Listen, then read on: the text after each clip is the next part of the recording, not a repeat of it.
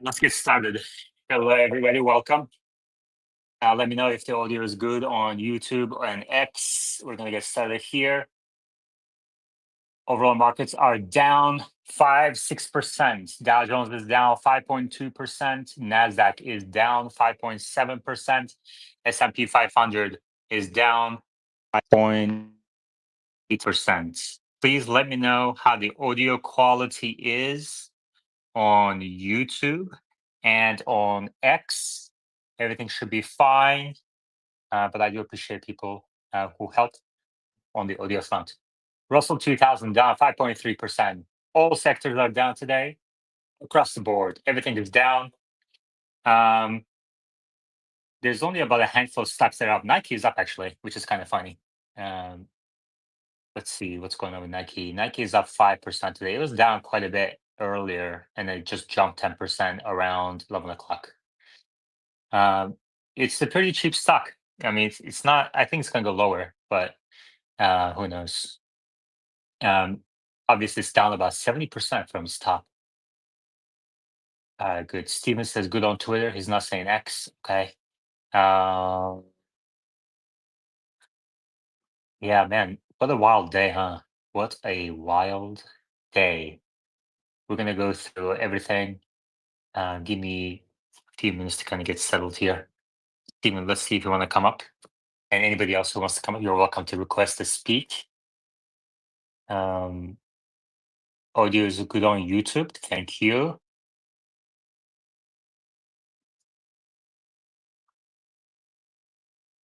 Okay. All right.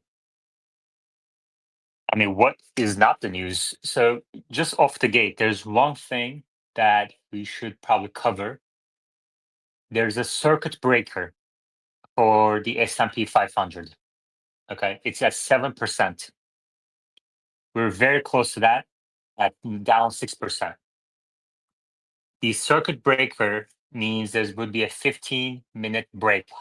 However, that circuit breaker does not apply in the last, I think, half hour. Okay, let me see. We're very close to the circuit breaker. Down 7%, holds trading for 15 minutes. However, time of the day matters. If it's after 3:25 p.m., then there's no trading holds. So obviously, the purpose of the circuit breaker is to prevent manipulation and sort of panic. Um, but that's when there is low volume. And towards the end of the day, there's usually not low volume, although it can be a little bit on Fridays. So we might hit that circuit breaker at the end of the day. And that could set up for panic spreading throughout the weekend. Okay. Um, but let's see how that goes throughout the next half hour or so. Steven, how are you? Hey, I'm doing well, Yaman. How are you? Good. Did you go to the link at the top and hit the like button? I will now. I also had a question for you. Yeah. So does this change your thesis at all that you wrote about a month ago? That paper that you wrote on the Substack. I mean, it seems like everything's more or less still applies to what you were writing about. Yeah, I'm not sure what thesis you're referring to, but are you talking about the Seeking Alpha article on Tesla? Yes, sir. That was the one. Sorry. Yes, that one. Yeah. I mean, so the one, so I forget what I said honestly. But I think I said something like Tesla Automotive is. Hold on, let me just pull it up. There were three things I listed in the article. I mean, there's 20 reasons why I shorted Tesla, but the article is getting long with only three, so I just listed three of those. Let me see. Sell for three reasons. Poor fundamentals, declining auto sales, deteriorating margins despite price cuts and incentives. Tesla energy growth is insufficient to offset the automotive segment's decline, with lower margins expected due to intense competition, particularly from Chinese manufacturers. So, one of the points was about Tesla energy.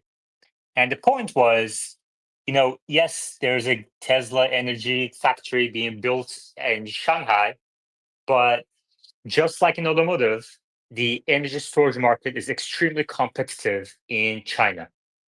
So whatever profit margins Tesla achieved in the US does not apply to China. I believe that Tesla Energy in China will be unprofitable, unprofitable from the get go for as far as I can see. And the reason is because Tesla has less opportunity to differentiate its product in energy than in automotive.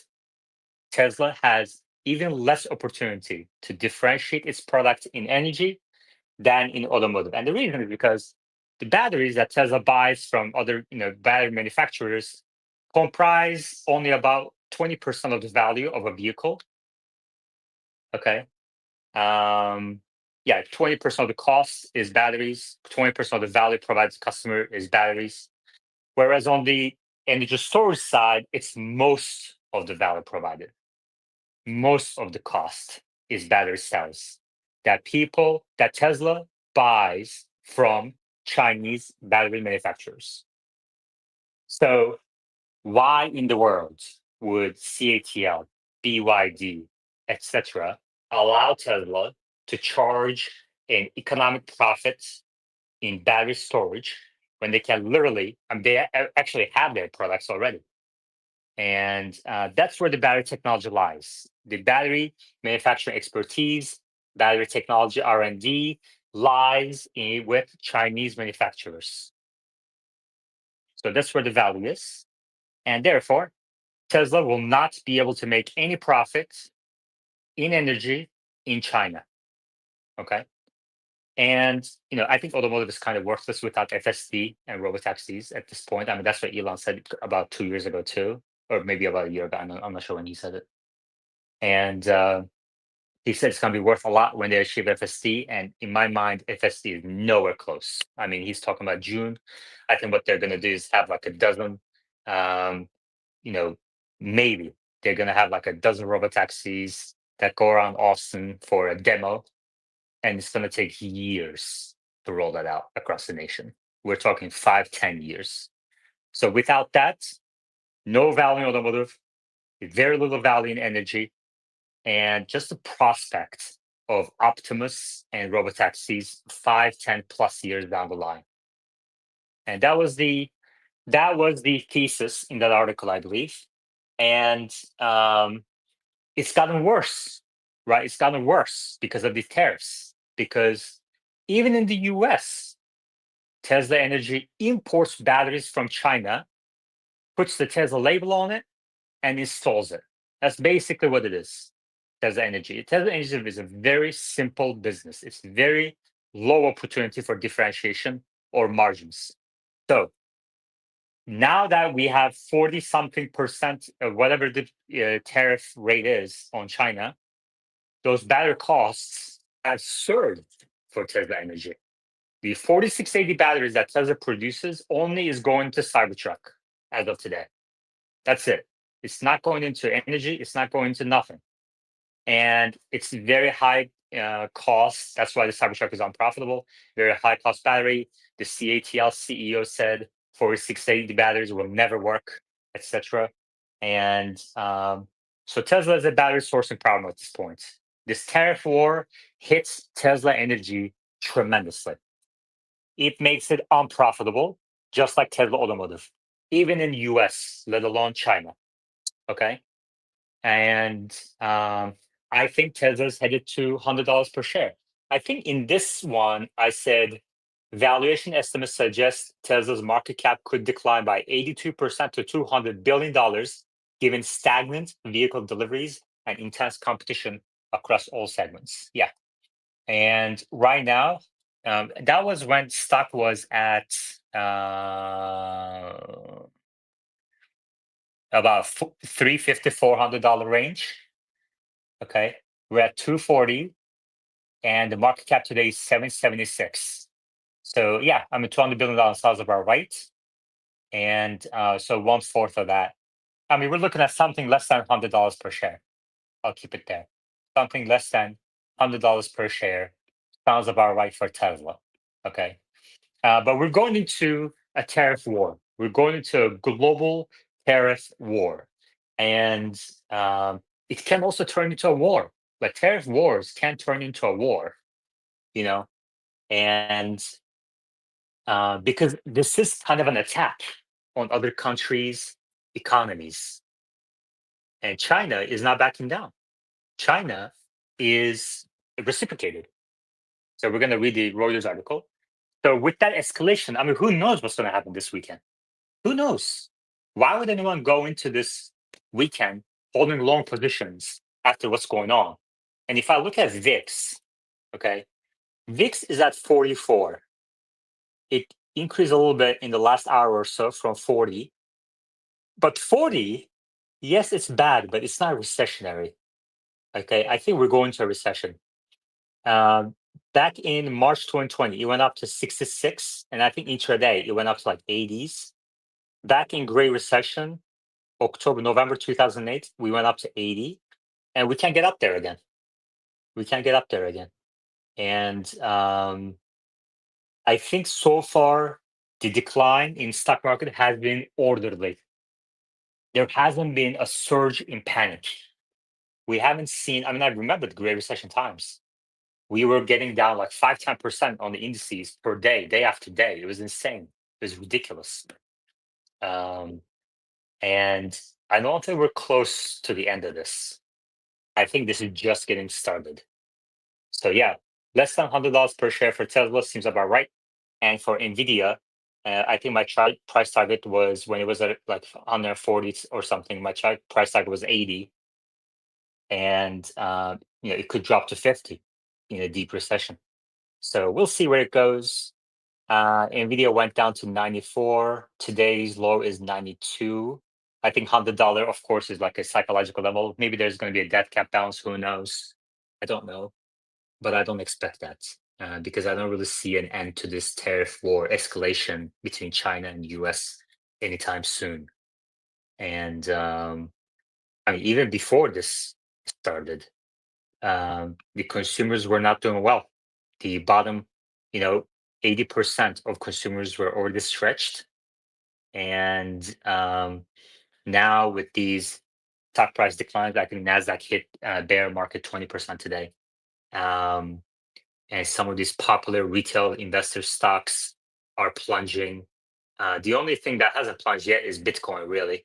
Bitcoin, I think, is at 84,000, and the high was 105,000 or so. So that's only about a 20% drop.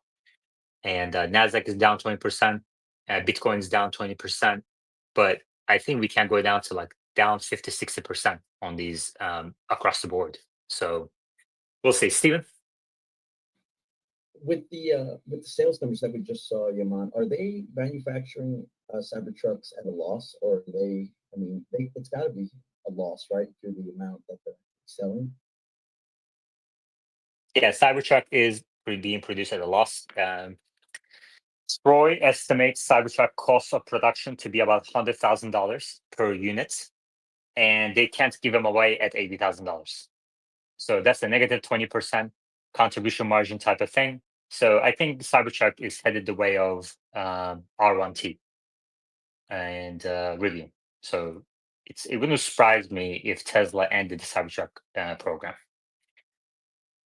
I mean, they have to make a lot of progress on 4680s, and my understanding is that my guess is that Drew got fired.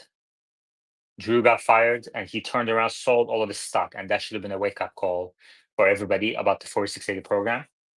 We talked about it in Tesla Live, and so yeah, I think 4680 program is done.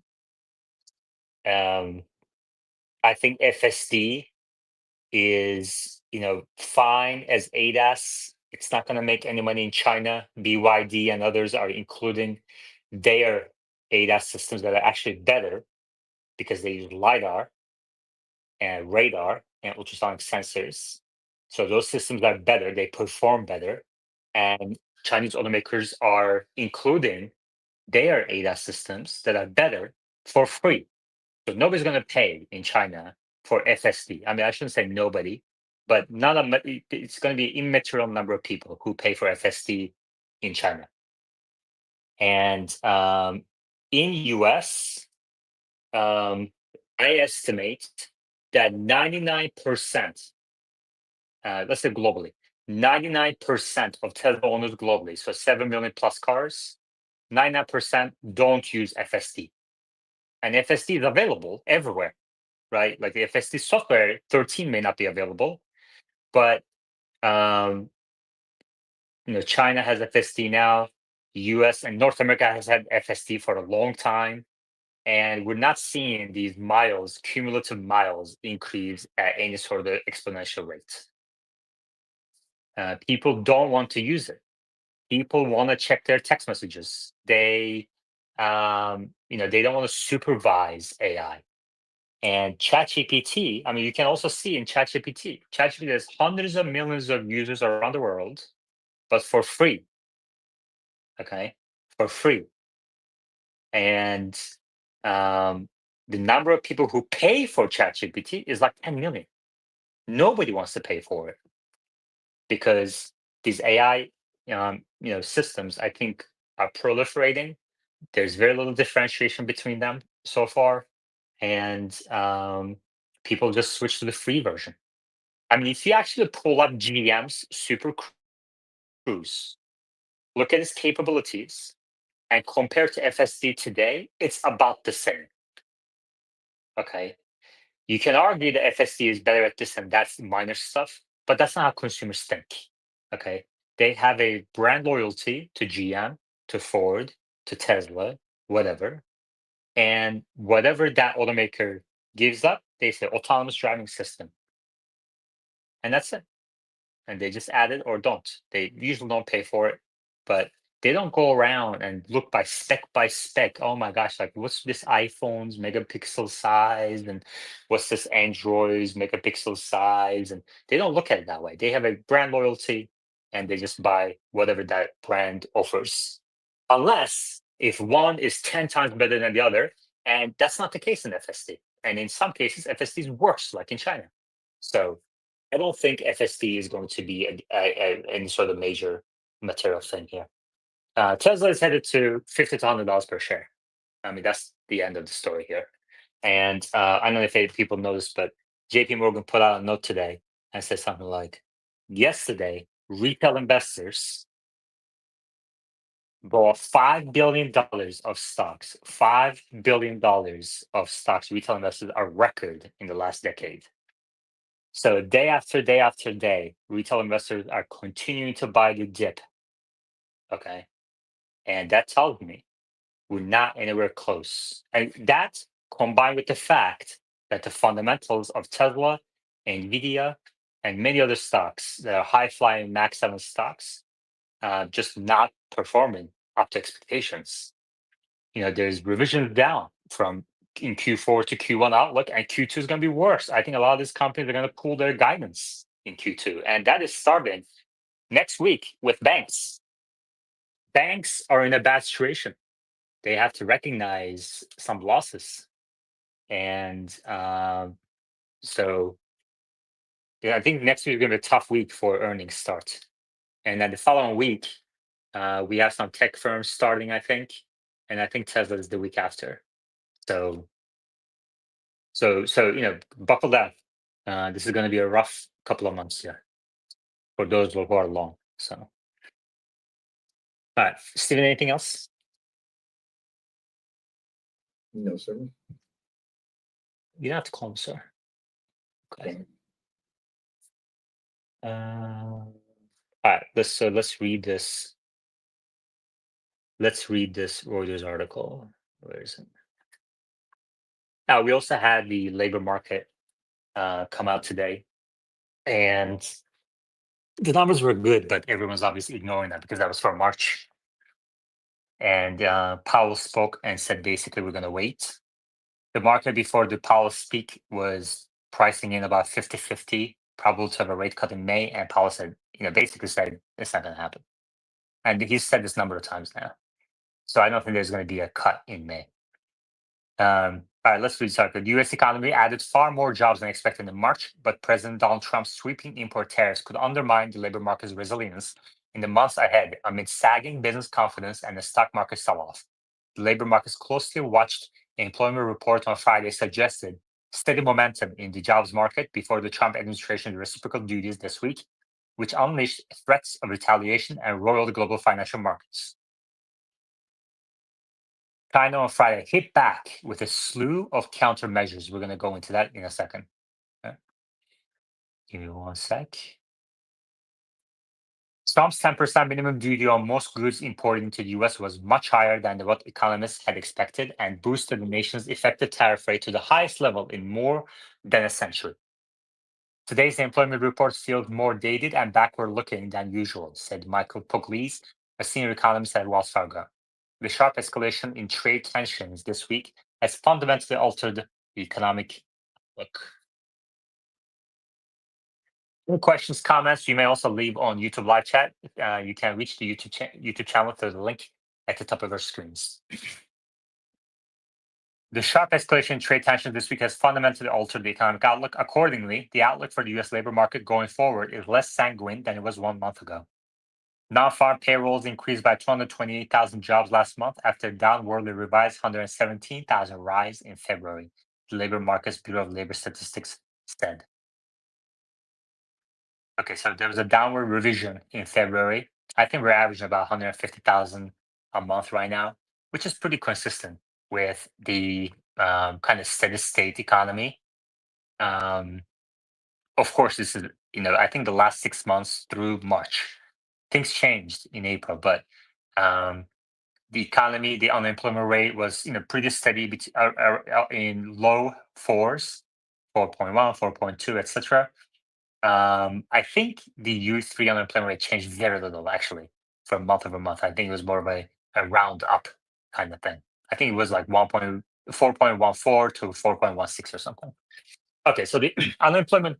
So basically, that says the Fed, with inflation expectations rising, inflation numbers rising, we're going to get inflation numbers for March next week, but inflation expectations are rising quite a bit. So no wonder why the Powell doesn't want to cut. And the market, I think, is caught off sides with the expectation of a rate cut for May. And that's why we're seeing a bit of a weakness here in the second half of the day. Economists polled by Reuters had forecast payrolls advancing by 135,000 jobs after previously reported 151,000 in February. So look at that. I mean, so the February number was revised down by 34,000. 34,000. Estimates range from 50,000 to 185,000. Part of the surge in payrolls was a rebound after freezing temperatures curbed activity in January and February. Payrolls were also boosted by the return of about 10,000 striking supermarket workers. Healthcare sector continued to dominate employment growth, adding 54,000 jobs in ambulatory services, hospitals, as well as nursing and residential care facilities. Social assistant payrolls increased 24,000. Retail employment rebounded by 24,000 jobs. Transportation warehousing added 23,000 jobs amid demand for couriers and messengers, as well as truck drivers, likely reflecting a dash by businesses to get goods into warehouses and preemptive buying by households ahead of tariffs. Yeah. So, yeah, it's hard to kind of understand. It's hard to measure what is the size of the demand pull forward from April to March. So we're going to find out as April, May, June numbers come out. And that's another reason I think Fed wants to kind of stay on hold and let the data tell them a story. Construction payrolls increased 13,000 as temperatures warmed up. The weather boost was also evident in the 29,800 surge in employment at restaurants and bars, but manufacturing added only 1,000 jobs, while payrolls in the financial sector added 9,000. The share of industries reporting job growth eased to 54.2% from 56%. Interesting. Okay. I think there hasn't been any job additions on average for the last 6 months in manufacturing. So that's also interesting. Federal government payrolls declined by only 4,000 jobs, despite thousands of public workers being fired every week by tech billionaire Elon Musk's Department of Government Efficiency. They could have worded it a little nicer, but tech billionaire Elon Musk laid off basically thousands of people as part of a radical campaign by the Trump administration to cut spending and downsize the government. but courts have ordered the reinstatement of thousands of workers, while some have been put on administrative leave and others have opted for deferred resignations. So Doge hasn't done anything basically. They just claim they did something, but effectively they've made no difference. The BLS said employees on paid leave or receiving ongoing severance pay are counted as employed, explaining the modest decline in federal government layoffs. For all of the noise around Doge-driven layoffs, the reality is likely to be a slow pace of contraction in federal payrolls over the next year or two, and not enough to fundamentally alter the trajectory of the overall labor market, states Stephen Stanley, chief U.S. economist at Santander U.S. Capital Markets. Investors shrugged off the report as stale and focused on the escalation in trade tensions. Stocks on Wall Street dropped sharply for a second straight session, pushing the Nasdaq toward the bear market. The dollar rose against the basket of currencies as U.S. Treasury yields fell. So there's been some concern about the US dollar weakening, which has been interesting, but I think people are jumping to conclusions here. I don't think there's any doubt around the world that US dollar is still a safe haven. Um, I don't think, outside of a few million people, um, I don't think people see Bitcoin as a safe haven. Okay. Um, it's down as much as the Nasdaq is down from its peak, about 20%. And I think there's more room to fall for Bitcoin. I think that there's a lot of diamond handing going on, but there's an end to that too. Those things don't last forever. So um, let me see the US. Let me see the US dollar index here. Give me 1 second. Currencies USD. So there's a big down day for US dollar yesterday and a major bounce today. Okay. Um, but in the last, since mid-January, US dollar has gone from 110 to as low as 101 yesterday, and now it's at 103. So interesting. Then we look at US dollar Turkish lira, about 38. I think Turkish central bank is kind of holding that stable for now, but there's an end to that as well. All right, let's continue our Reuters article.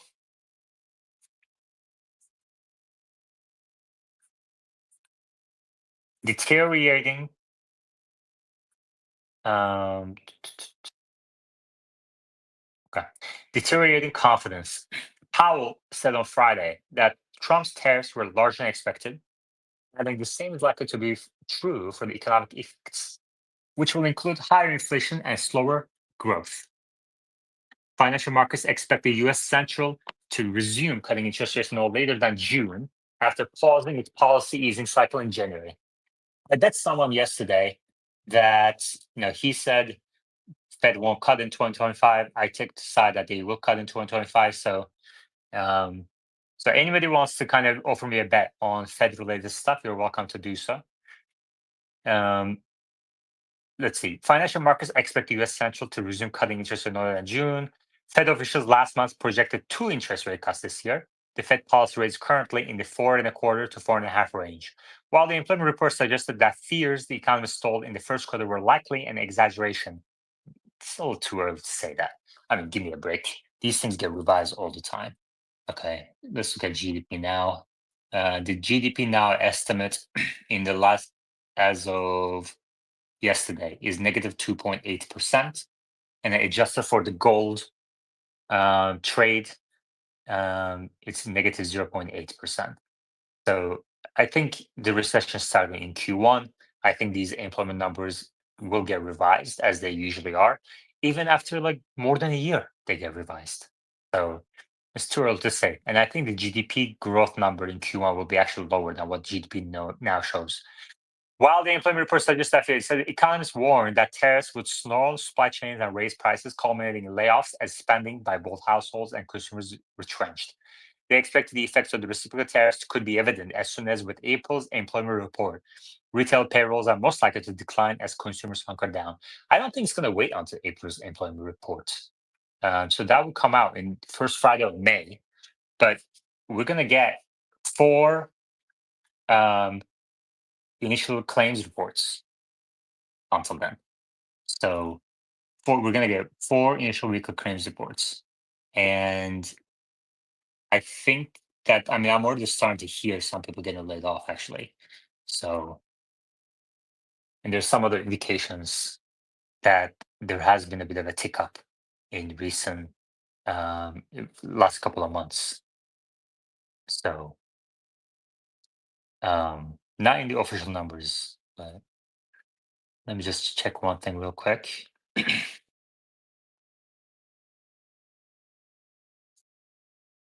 Yeah, there's a bit of a tick up on unemployment. I think more than these government reports indicate that I think will get revised. Okay, let's continue. Economists warn that tariffs will snarl expressions, raise prices, common layoffs, expand blah blah. Um, Retail payrolls are most likely to decline as consumers hunker down. Okay, we continue to see evidence that already gradually weakening labor market is ill positioned to withstand new shocks from elevated uncertainty, increased tariff costs, cuts to government spending and employment, and weakening business and consumer sentiment. April data should be at least modestly softer, with clearer weakness starting in May and over the summer months. Unemployment rates increased a still low 4.2 from 4.1 in February. Average hourly earnings gained 0.3 after climbing 0.2 in February. Annual wages advanced 3.8% after rising 4.0% in February. So there's a bit of a slowdown in this wage growth, and but it's still a bit higher than what the Fed would like it, I think. Nonetheless, there were some signs of softness. More people faced long bouts of joblessness through the median duration of their unemployment has eased. Multiple job holders continue to rise as did permanent job losers. Were it not for this week's tariff news, today's numbers could have been seen as Goldilocks report of solid job growth alongside moderating wage inflation trends, said the US economist at JP Morgan. Okay, so that's that. Any questions, comments, please request to speak or leave a comment to YouTube. I'll give it 20 seconds before we move on to the next one about China's retaliatory tariffs.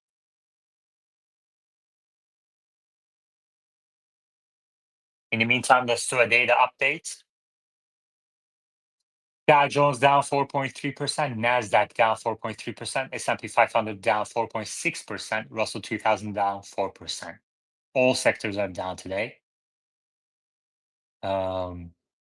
Most companies are below their 50-day moving average and 200-day moving average. Declining issuers are at 87% versus advancing 11%. Intel is down 11%, down about 30% in the last 2 weeks. JP Morgan is down 7.5% today. That's a big drop. And this is a gap down, gap down. So a gap down after a gap down for JP Morgan. It was at 240-ish, 240s 2 days ago, Wednesday, and now we're at 211. So that's about a 13% drop, and peaked at 280. Okay, yeah, financials going down is not a good indication for the economy. S&P 500 ETF SPY is one of the most traded issuers today. Gap down again. Amazon is trying to hold on, but that's still down from 240s to 175. Tesla is, I think Tesla's headed to below $100 per share. Microsoft is down from 450 to 360s. Apple is another gap down because obviously they're just super exposed to tariff war between China and US. Nvidia is one of the most traded stocks today, down 7% below the critical $100, psychologically critical $100 per share stock price. TSM is down 7%. That's interesting. 146 versus 230 peak. So that's $80, $85 on 220. We were looking at almost 40% drop on TSM. That's wild. That's wild. Nike is defying gravity today at 6%. Micron down 12% today. It was about 105 to 65. That's why that's crazy. Micron had very cheap multiples and was kind of seen as a value play on the chip sector, and it's down 40% from that. Lennar is up 3%. I'm looking at some home builders. CoreWeave is down 16%, and yields have recovered a little bit after the Powell's speech. They've recovered a little bit. So 10-year Treasury yield is coming close to 4% now. It was as low as I think. Let's look at the 10-year yield today. That was a wild. Yeah, 4%. It's about 4% right now. And earlier this morning, 10-year yield was as low as 385. So that's a massive move on the 10-year yield. I don't expect big drops in mortgage rates or auto loan rates in the near term. Um, so there's that. Okay, anything else? Oil prices are down to 61, $62 per barrel. They recovered to 63 now. In the morning, they were as low as 60. Oxy, my only long position, um, Occidental Petroleum, is down 7% today. Between the dividend payments, I've lost a couple percent on that, but uh, I think it would be fine longer term. And it's a small position. I might add to it later. We'll see. Uh, Oxy was my, like, if I'm wrong on my macro call, if we don't get a recession, then Oxy would have done well. So it was a bit of a hedging bet. So if we get a recession, I don't think Oxy will do well, just like anybody else. Steven? Yaman, I was wondering if you saw the headline that came out late last night regarding our strategic oil reserves and who will be managing them come June 4th, I think. No, I didn't see it. I did not see that. Oh, I totally forgot about this, but yeah, so it's really wacky. They gave this contract worth 1 point something billion to this company, this LLC company in Colorado that manages storage units. Really? That's interesting. Why is that? I have no idea, sir. It was going around late last night. Some people were doing videos about it on TikTok. I'll drop a link in your chat to the articles. Okay. All right. Let's review a couple of other things, and then we're gonna call it a day. All right. Let's see here. China strikes back with Trump with on tariffs export curves. China on Friday struck back at U.S. tariffs imposed by Trump with a slew of countermeasures, including extra levies on 34% of U.S. goods and export curves on some rare earths, deepening the trade war between the world's two biggest economies. Beijing also imposed restrictions on about 30 U.S. organizations, mostly in defense-related industries, adding to the already 24 U.S. companies punished over Trump's tariffs. Beijing's sweeping retaliation comes after Trump slapped the world's #2 economy with additional 34% tariffs on Chinese goods, bringing the total new levies this year to 54%. Trump also closed a trade loophole that had allowed low-value packages from China to enter the U.S. duty-free. By the way, it was interesting the timing of China news coming in a couple hours before the U.S. market opened. The U.S. move is not in line with the international trade rules, seriously undermine China's legitimate and lawful rights and interests, and is a typical unilateral bullying practice, China's finance ministry said. China called the new round of U.S. tariffs a blatant violation of World Trade Organization rules and have requested consultations at the WTO. Trump accused China of panicking in a comment of Truth Social.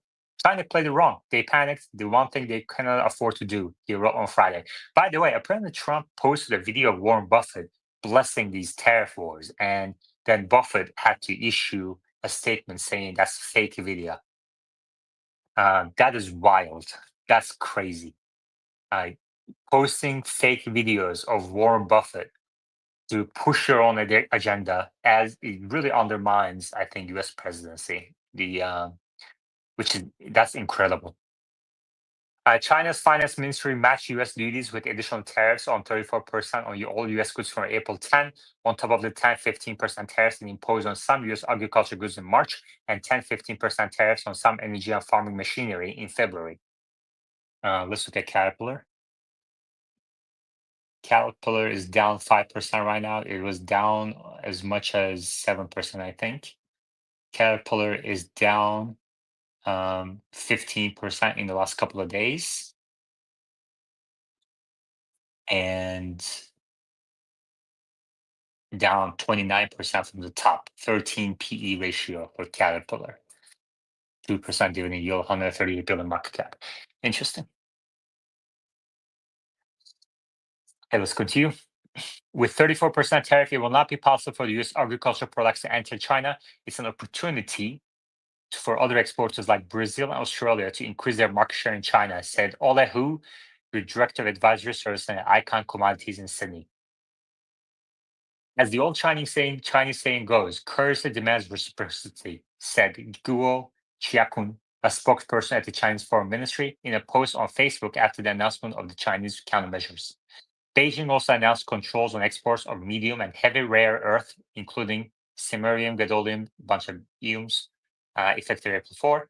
It added 16 US entities to its export control list, which prohibits exports of dual use items to the affected firms.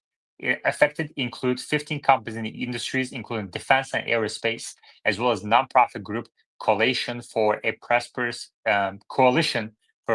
America, which in the past had advocated for the Trump administration to decouple the U.S. economy from China. Another 11 entities were added to the unreliable entity list. I mean, they're going to do something in Tesla too. I mean, it doesn't really take much to. Actually, I don't know. I don't know because Tesla doesn't make any in China, so they wouldn't really be hurting Tesla, and they would be hurting their own people who work at Tesla's factories. But so I guess I'm 50-50 on that. We'll see what they do. They might do something symbolic. They're gonna make FSD rollout harder though.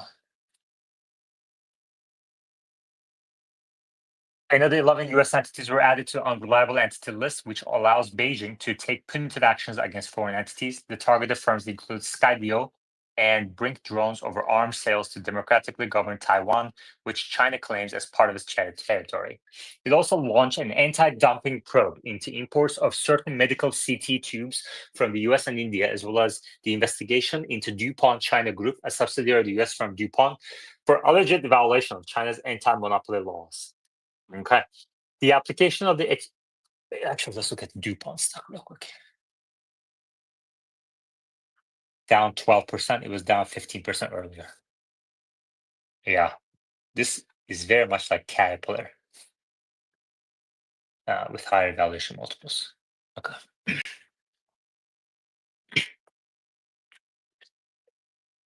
The application of the export controls on these key materials, plus some of these additions to the unreliable entity list, reflects China's growing toolkit to retaliate in trade wars, said Marketer Institute of China Studies lead analyst for the economy, Jacob Gunter. The Chinese yuan has dropped to its lowest level in 7 weeks, and stock markets slumped on Thursday after Trump unveiled his reciprocal tariffs that were particularly heavy on China. Let's check that real quick. USD yuan, 727. It's not much of a that's not that different. Trump has ordered U.S. trade representative to determine whether China was living up to its commitments under the 2020 Phase 1 U.S.-China trade agreement by April 1. The deal required China to increase purchase of U.S. exports by $200 billion over a 2-year period, but Beijing failed to meet its targets when the COVID-19 pandemic struck. China bought $154 billion of U.S. goods in 2017 before the trade war began. Chinese customs data show that figure rose to $164 billion last year. I used to buy some American products, but if the price increases, I might buy less, said Huang Jie, 24, who works in China's luxury sector. Okay, whatever. Okay, I think that covers that. Let me see if there's any other issues going on here. All right.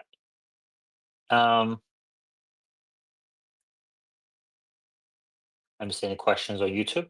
Okay, good. We're going to keep it tight today, 45 minutes. Thank you very much, everybody. Enjoy your weekends, and I'll chat with you all next time. Take care. Thanks, Stephen.